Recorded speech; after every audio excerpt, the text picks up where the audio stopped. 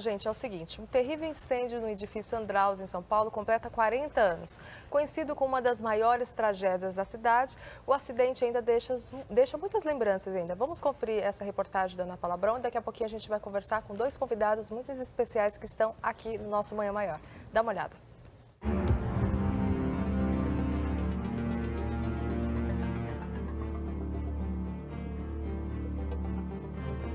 Inaugurado em 62, o edifício de 115 metros de altura era um dos poucos arranha-céus de São Paulo, construído para abrigar escritórios e corretoras de seguro.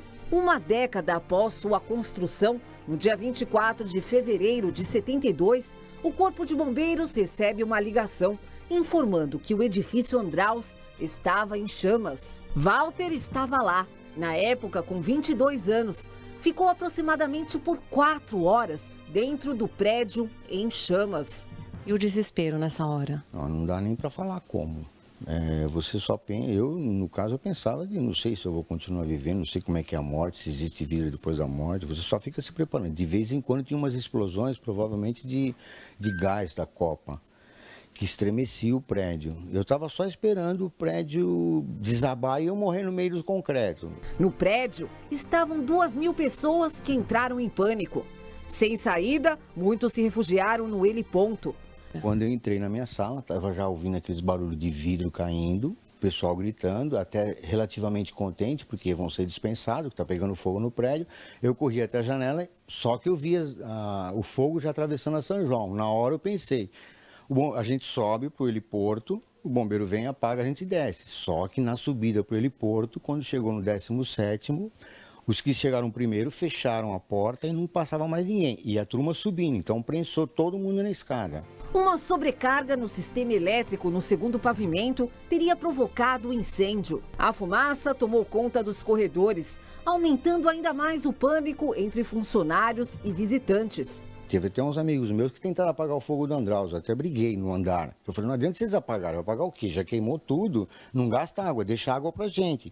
E a gente ficava tentando se molhar o tempo todo para diminuir um pouco o calor. O cenário impressionou inclusive quem tinha a missão de salvar. O ex-combatente Capitão Boanerges, na época cabo do Corpo de Bombeiros, conta o que pensou quando chegou ao local para resgatar as vítimas. O susto foi imenso, né? Principalmente para mim, que tinha apenas 2 anos de bombeiro, né? Se bem que o salvamento já atendia muitas ocorrências. Então nós sentimos que ia ser um dia daqueles, porque o fogo já estava até o 18º andar. Nós começamos fazendo a parte de vistoria, né, nos andares para ver se tinha pessoas. Então já tinha algumas pessoas descendo, já tinha várias pessoas descendo. E nós continuamos subindo para ver aonde ia dar aquilo. Até que nós chegamos no topo do prédio. Aí nós vimos mais de 800 pessoas. Aí o susto foi realmente de amargar. Como é que estavam essas pessoas? Totalmente nervosas, chorando, algumas até tentando, né, saltar do prédio, olhando para baixo, porque o fogo estava aumentando cada vez mais. Quais eram os aparatos, os equipamentos de segurança? Vocês saíram com um caminhão-tanque como esse daqui? Isso, a viatura era praticamente idêntica, né? Só que menos o volume de água, bem menos, né? Qual era a maior dificuldade, capitão? Era a temperatura e altura, né? E agora a temperatura por quê? Porque nós estávamos com a roupa idêntica àquela que você pode ver ali, né? Ali, os dois bombeiros. A roupa é ali, o soldado Saltorelli está com a roupa exatamente que nós vestimos na época. Não tinha proteção nenhuma? Nada, não tinha nada. Então quer dizer que era meio precário? Precário. Nós tínhamos o bombeiro tinha muita força de vontade, como tem hoje.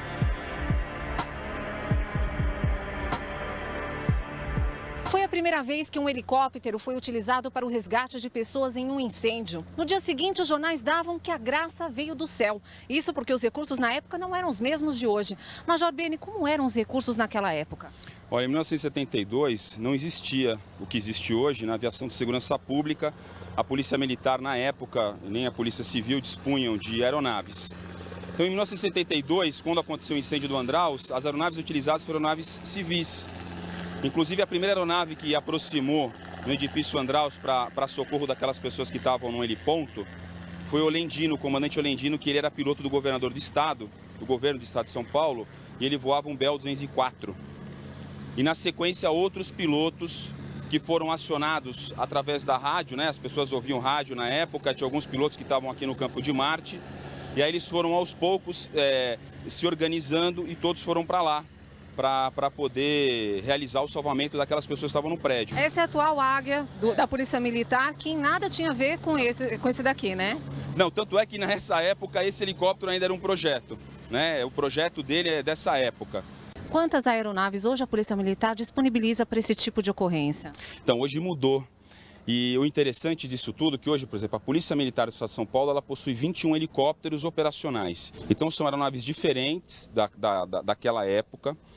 E a operação também é completamente diferente, porque naquela época você não tinha treinamento, padronização, não era uma instituição, um órgão que estava realizando, era um grupo de pilotos que são, na minha opinião, são heróis, são pessoas que, assim, eles extrapolaram os limites, porque, assim, eles se reuniram para salvar aquelas pessoas.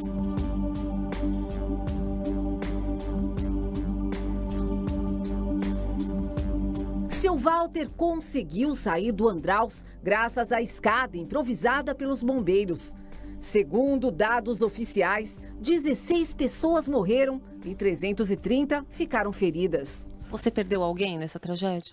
Não tão íntimo, que nem eu disse, o copeiro da empresa que serviu o café pra gente, que foi o que tentou descer pela mangueira, já não pensando direito, do 17º andar por uma mangueira, 18º, acho que ele estava, por uma mangueira de incêndio de 25, 30 metros, quer dizer, não tem mais raciocínio. Após tomadas as devidas providências, o Andraus, que abrigava mais de 500 escritórios e repartições públicas, foi restaurado e com toda a segurança. Seu Walter não guarda no corpo as marcas da tragédia, mas hoje ele prefere não arriscar. Eu não gosto de prédio, não gosto de elevador, não me sinto bem em elevador, mas nada assim insuportável. Eu ando em prédio, elevador normal, só que não gosto. Como é que é ser um sobrevivente?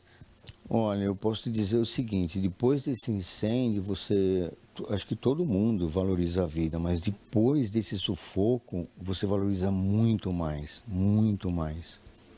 Pelo menos comigo foi assim.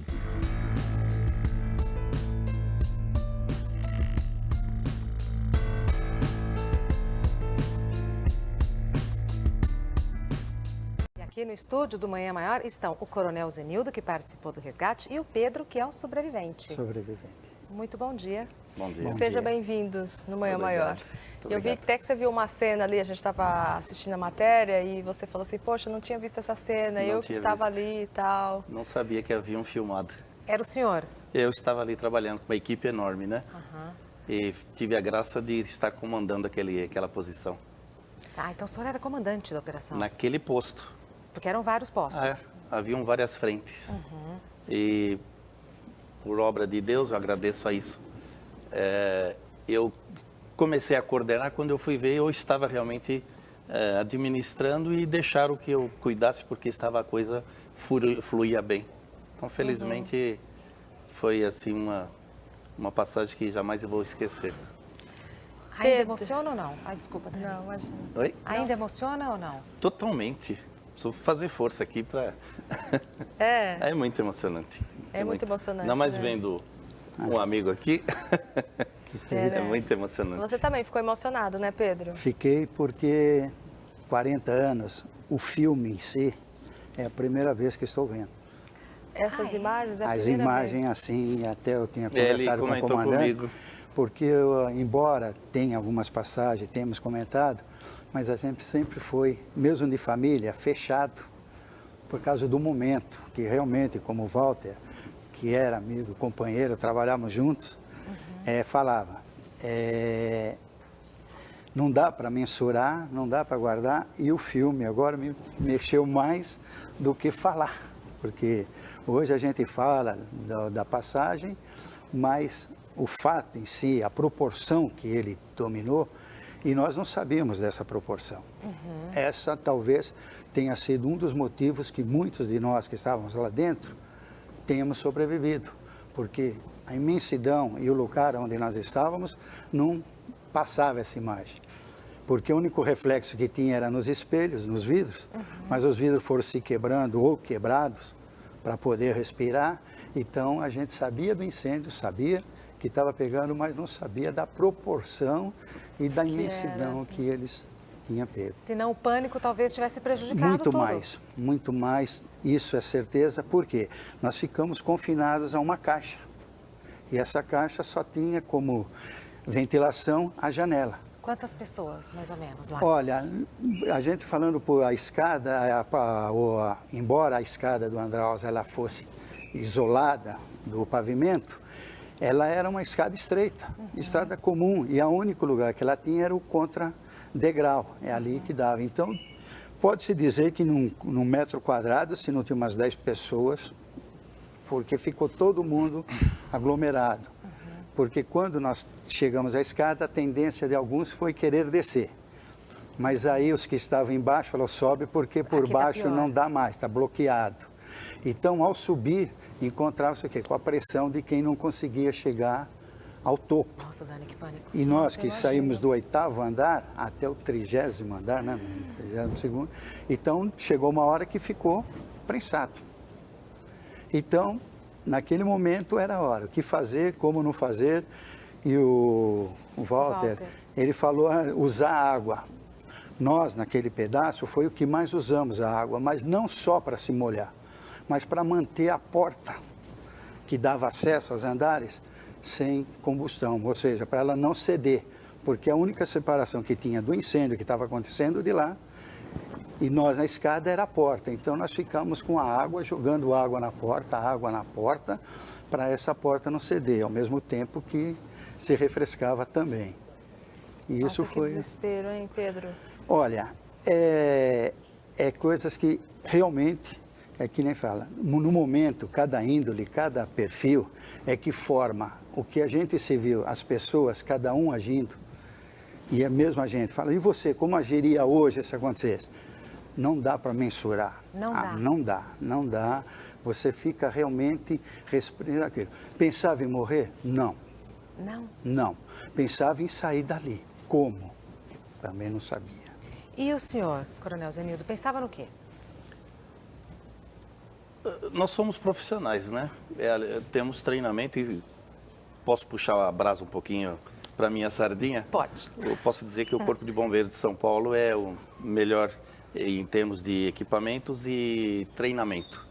Nós temos um centro de treinamento lá em Mariporã, que é uma coisa... Você foi, Dani? Agora eu não me lembro. Agora a Daniela fez uma reportagem. Fiz uma reportagem. Mariporã, Franco da Rocha, assim no limite. Pertence realmente ao município de Franco da Rocha. Temos um centro que já é referência. Recebemos bombeiros do Brasil inteiro para fazer treinamento. Então, respondendo a pergunta, temos treinamento, obviamente que somos seres humanos, né? Não somos super-homens, né? Claro. Aliás, nós temos um ditado que é muito importante, que serve para a vida toda. Ninguém é herói, você é um profissional. Herói, o cemitério estão lá, né? Os heróis. Na realidade, o que prevalece é o profissionalismo. Treinamento, adrenalina, que é claro. No momento que você está naquela ação, você não é mais você é aquela pessoa treinada para aquilo e desenvolver o trabalho. E extremamente amor ao próximo, né? Acho que acima de tudo.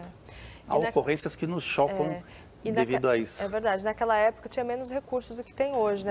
Por exemplo, estava olhando certeza. aqui, ó. É só mostrar aqui a diferença. O capacete, né? A diferença. Esse capacete aqui, gente, para quem está nos assistindo, ó, era o capacete que... De 72. Esse que você usou? Eu usava. Olha aqui a estrutura dele. Olha só. Era assim, precário. Era ele tá até... um couro aqui, aí já apodreceu com o tempo, mas era um corinho aqui assim. Só isso. Agora quer ver a diferença? A diferença, deixa eu ver. A diferença de um para o outro. Olha Nossa, só. totalmente equipado, Olha, o pochoado. É. Olha a diferença. Nossa, totalmente E ele diferente. ainda possui... Além de ser mais confortável, é infinitamente mais seguro. Seguro. Você sabe que uma das coisas que acontecia muito em incêndio nessa época, essa aba traseira curtinha, entrava água quente pela nuca. Olha só. Volta e meia era água quente entrando na nuca. Esse não. E os modernos ainda vêm com uma aba de couro aqui assim. Mais proteção. Que protege mais ainda. E isso aqui, ó, é reflexivo. E é bonito, hein? E é bonito demais. Esse aqui ele vem da França. Ah, é? Nossa. Esse aqui é o brasileirinho, mas... Mas tem o seu valor. Mas teve Muito valor, com Foram certeza. 26 anos de Corpo de Bombeiros. Olha, infelizmente eu preciso encerrar a entrevista. Eu estou vendo que o Pedro está emocionado, até enxugou umas lágrimas. Eu pensei que ia me comportar um pouquinho, mas realmente Não. É uma delícia conversar com vocês. Assim, seria ótimo poder conversar e abordar outros aspectos. Aí mas... o que ele falou uma coisa que eu queria que também é uma oportunidade. O treinamento nas empresas, o treinamento nos escritórios. Aqui vocês têm até um bombeiro profissional que trabalha aqui dentro. As empresas precisam, o bombeiro obriga a cada 3 anos que haja uma reciclagem. O bombeiro vai vistoriar as edificações e o pessoal tem que receber treinamento, porque não adianta ter equipamento se não houver o treinamento. Exatamente, é verdade. Gente, muito obrigada pela presença de vocês aqui, ok? Fiquei com gostinho de quero mais para conversar mais com eles. Vocês me desculpem. Eu agora ainda tenho...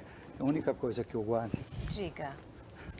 Olha que belezinha ele trouxe. Esse é para ver a proporção. Agora, olha, assustador. Eu de longe eu não enxergo. Olha só o tamanho da labareda. Esta foi... É porque o vento ia da Praça da República para São João. Então o vento fez com que chamas incendiasse o prédio do outro lado da Avenida São João. E também esse evento nos ajudou, porque por tal contrário, as escadas eram no fundo. Foi a nossa sorte. Foi o que possibilitou. Foi a nossa sorte que o vento vindo da Praça da República, nós estávamos nas escadas, então o vento, quando parava o vento, era um problema sério. Complicado, né? Bom, a gente conversa outro dia. Tá bem. Pode ser? Milhões de desculpas, eu estou constrangida de ter que interromper a entrevista.